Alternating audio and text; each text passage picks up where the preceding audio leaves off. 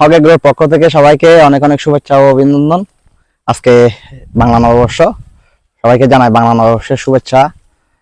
আজকে যেই বিষয়টা নিয়ে আপনাদের কাছে ভিডিও নিয়ে আসলাম, এই বাড়িফোর আম। আপনারা জানেন বাংলাদেশে যে কয়েকটি বাণিজ্যিক জাত রয়েছে আমের, তার মধ্যে বাড়িফোরটি এখন বর্তমানে অনেক সাড়া ফেলেছে।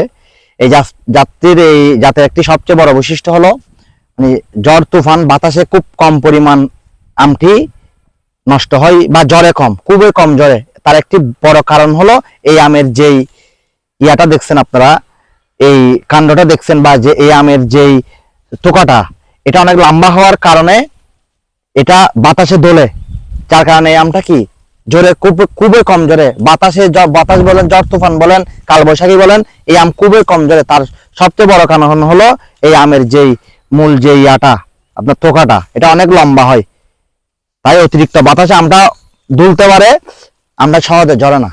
ধন্যবাদ সবাইকে, আসসালামু আলাইকুম।